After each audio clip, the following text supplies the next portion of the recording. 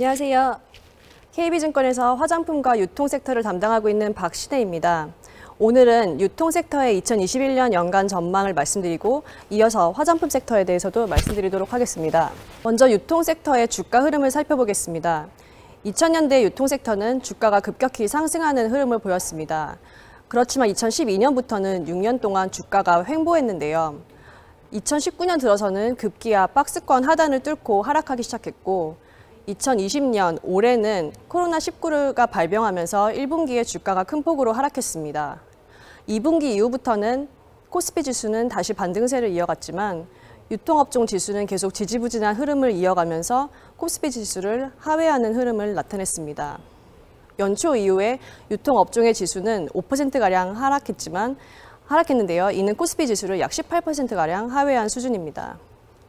종목별로 살펴보시면 이마트의 주가가 유일하게 연초 이후에 상승세를 나타냈고 그 외 모든 종목들의 주가가 연초 이후 하락한 모습을 확인하실 수 있습니다. 국내 소비시장을 구매 건수와 구매 단가로 나눠서 살펴보겠습니다. 구매 건수의 경우에는 올해 들어서 모든 업태에 구매 건수가 큰 폭으로 하락하는 모습을 나타냈습니다. 그 이유는 외출을 꺼리고 특히 다중이용시설에 대한 방문을 기피하면서 매장의 객수가 크게 하락한 영향입니다. 그렇지만 2021년에는 점차 이러한 현상이 정상화되면서 구매 건수가 올해 대비 개선될 것으로 예상됩니다. 반면에 구매 단가는 모든 업태에서 작년 대비 올해 큰 폭으로 상승하는 모습을 나타냈습니다.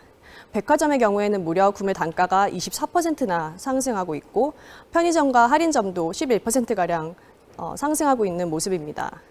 그 이유는 가격대가 높은 명품과 가전제품의 매출이 고성장하고 있고 또 다중이용시설의 방문을 꺼리는 만큼 한 번 방문했을 때 더 많은 양을 구매하기 때문입니다.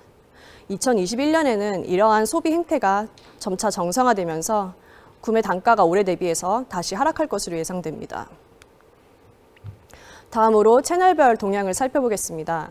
먼저 백화점입니다. 백화점의 2020년 기존점 성장률은 작년 대비 9% 하락할 것으로 예상됩니다. 반면에 2021년은 낮은 기저의 효과에 힘입어서 5% 증가할 것으로 예상되는데요. 백화점 매출을 카테고리별로 살펴보면 코로나19가 발병하기 이전에도 이미 명품과 가전의 매출이 급격히 성장하면서 그 비중이 증가하는 양상을 나타냈습니다. 반면에 의류와 잡화의 비중은 계속해서 감소하는 모습이었는데요. 왼쪽의 그래프를 보시면 노란색 막대가 명품의 매출 비중입니다. 명품의 매출 비중이 올해 들어서는 무려 30% 수준으로 상승한 부분을 확인하실 수 있습니다. 그렇지만 아쉬운 부분은 매출이 고성장하고 있는 명품과 가전이 의류나 잡화 대비해서 수익성이 굉장히 저조하다는 점입니다. 마진이 낮은 제품군의 비중이 올해 들어서 크게 상승하면서 백화점 업체들의 수익성이 크게 훼손되는 모습이 2020년에 나타났습니다. 다음으로 할인점 말씀드리겠습니다. 할인점의 기존점 매출은 작년 대비 3% 하락할 것으로 예상됩니다. 그렇지만 할인점은 올해 이전에도 계속해서 시장 규모가 감소하던 산업이었습니다. 작년에는 무려 5%가량 시장 규모가 감소했었고요. 작년의 성장세 대비해서는 올해 오히려 그 감소폭이 다소 축소됐다고 해석할 수 있습니다. 코로나19의 수혜가 있었기 때문인데요. 외식을 꺼리게 되면서 할인점에 방문해서 식료품을 구매하고 집에서 요리를 해먹는 수요가 증가했기 때문으로 보고 있습니다. 2021년에 할인점 기존점 매출은 1.1% 하락할 것으로 예상됩니다. 온라인으로 소비자가 계속 이탈하는 현상이 계속되고 있고 올해의 실적 기저가 높은 점을 감안했을 때 2021년에 마이너스 1.1%의 매출 성장률은 양호한 수준이라고 판단됩니다. 특히 올해 3분기에 할인점 매출이 굉장히 코로나19의 수혜를 크게 봤다고 보여지는데요. 이유는 크게 두 가지입니다.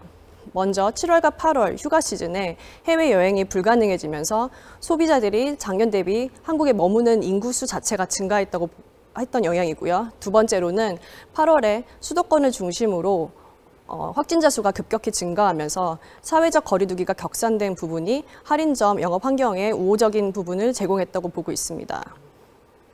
다음으로 면세시장 말씀드리겠습니다.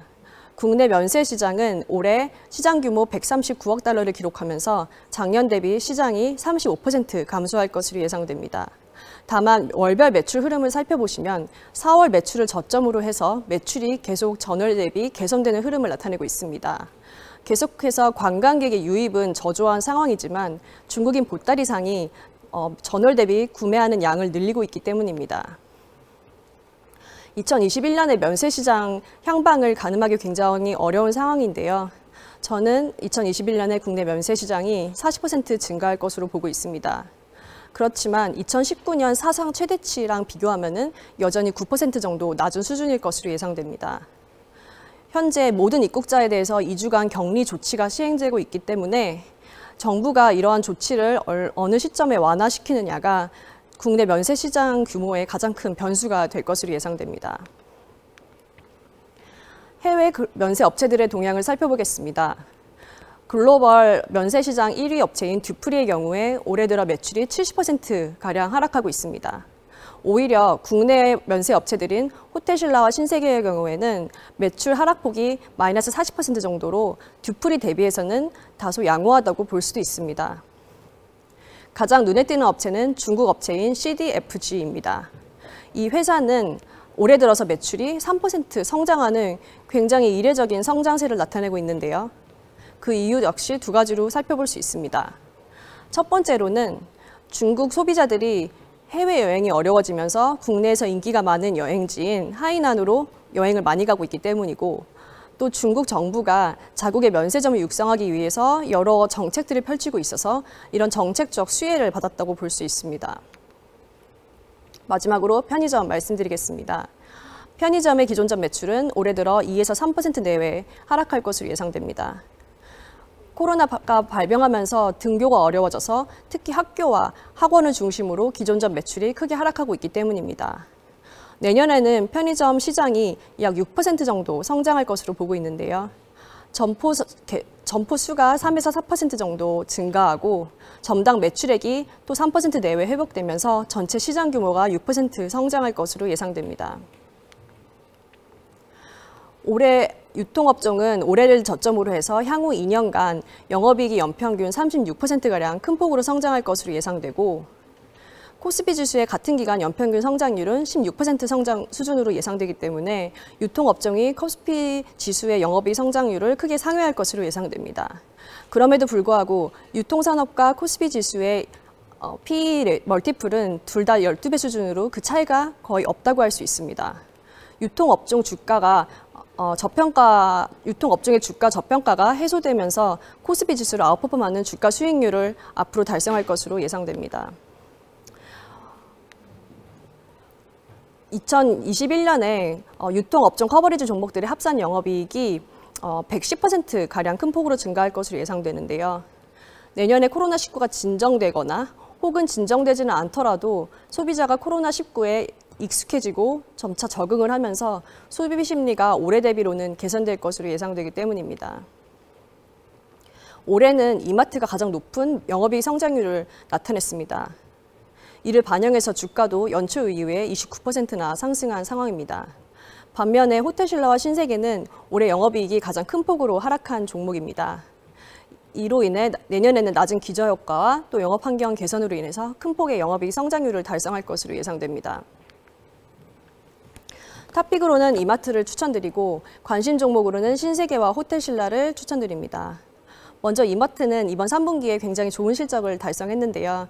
이와 같은 좋은 실적 흐름이 내년 상반기까지도 계속해서 이어질 것으로 보고 있습니다. 가장 중요한 투자 포인트인 이커머스, 쓱닷컴의 매출 고성장세가 계속 이어질 것으로 예상되고 있고, 그 외에 여러 자회사들의 손익 개선 흐름도 지속될 것으로 예상되어 주가의 우상향 흐름이 이어질 것으로 기대됩니다. 호텔신라의 경우에 시내 면세점의 매출이 계속해서 회복세를 나타내고 있고, 또 공항 면세점의 임차료가 이번 4분기부터 크게 절감되기 때문에 전체 손익이 전분기 대비 개선되는 흐름이 나타날 것으로 예상되고, 주가도 서서히 반등세를 시작할 것으로 기대됩니다. 마지막으로 신세계의 경우에는 백화점과 면세점 모두 실적이 회복될 것으로 예상됩니다. 백화점은 실적 기저가 매우 낮기 때문에 특히 내년 상반기에 손익이 크게 개선될 것으로 예상이 되고요. 면세 부분의 경우에는 내년에도 계속 불확실성이 일정 부분 지속되고 있지만 4분기를 기점으로 손익이 개설될 것으로 예상됩니다. 다음으로 화장품 업종에 대해서 이어서 설명드리도록 하겠습니다. 국내 화장품 시장 규모는 2020년에 7% 전년 대비 하락할 것으로 예상됩니다. 화장품 산업은 불황에도 성장한다는 말이 있을 정도로 과거에 시장 규모가 감소한 사례가 없는데요. 올해 들어서 이렇게 이례적인 하락세를 나타내는 이유는 바로 마스크 착용 때문입니다. 마스크를 착용하면서 화장품의 소비량 자체가 크게 감소했고 이로 인해서 소비가 위축된 영향입니다. 2021년에도 마스크 착용이 불가피할 것으로 예상되어서 100% 소비가 정상화되긴 어렵겠지만 그래도 낮은 기저 효과에 힘입어서 2020년 대비로는 개선될 것으로 기대됩니다. 화장품은 올해 들어서 국내 총 소매 판매 성장률을 굉장히 하회하는 모습을 나타내고 있습니다. 2019년까지는 전체 소매 판매 성장률을 상회했지만 2020년 들어 그 성장률을 하회하고 있는 모습인데요. 화장품과 더불어서 또 매출이 크게 하락하고 있는 카테고리가 바로 의류입니다. 반면에 2020년 들어서 매출 성장률이 더욱 좋아진 카테고리는 가전제품과 가구, 음식료 등입니다. 의류와 화장품은 올해 매출이 큰 폭으로 감소했기 때문에 2021년에는 매출이 성장세로 전환될 것으로 예상됩니다. 국내 화장품 시장을 채널별로 나눠서 살펴보겠습니다.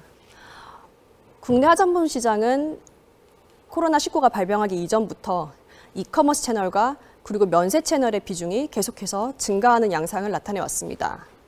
2020년에 코로나19를 겪으면서 오프라인 채널의 침체는 더욱 가속화될 것으로 예상되고요. 소비가 온라인으로 이동하는 현상은 더욱 빨라질 것으로 예상됩니다. 면세점 시장은 국내 화장품 시장에서 가장 큰 규모를 차지하는 채널입니다.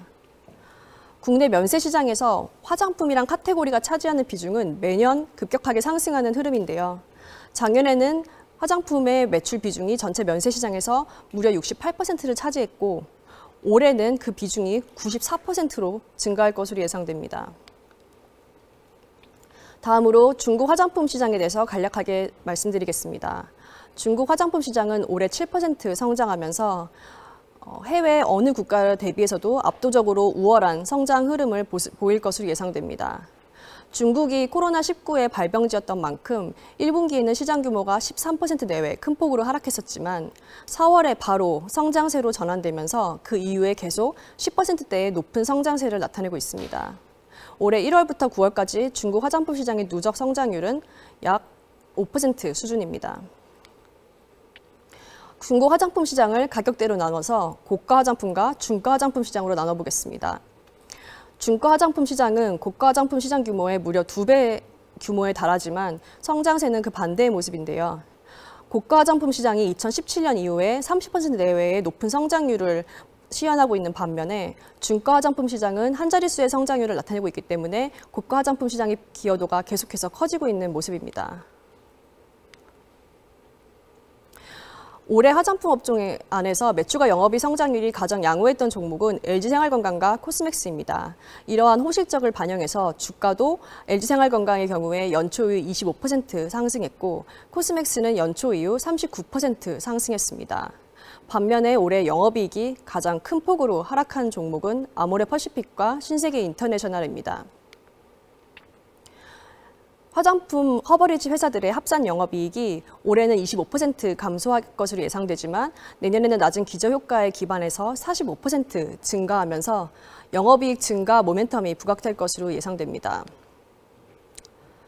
내년에 영업이익 성장성이 특히 두드러질 것으로 예상되는 업체는 아모레퍼시픽과 신세계인터내셔널입니다. 다만 아모레퍼시픽의 경우에는 높은 영업이익의 증가 흐름이 예상됨에도 불구하고 PE 멀티플이 40배 수준에 달하기 때문에 밸류에이션 부담은 존재하고 있는 상황입니다.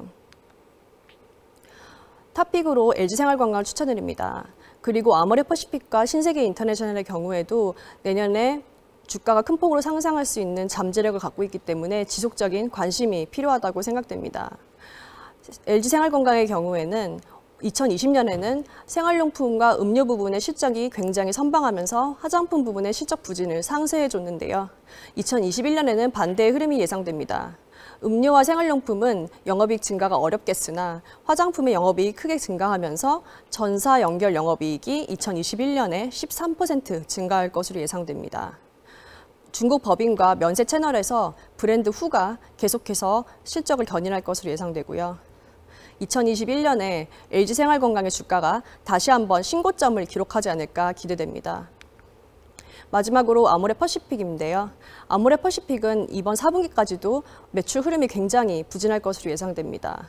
따라서 단기적인 실적 모멘텀은 부족한 모습이지만 올해 1분기에 연결 영업이익이 67%가량 아주 크게 하락했기 때문에 바로 다가오는 2021년 1분기에 낮은 기저효과에 기반해서 영업이익이 큰 폭으로 증가할 것으로 예상됩니다.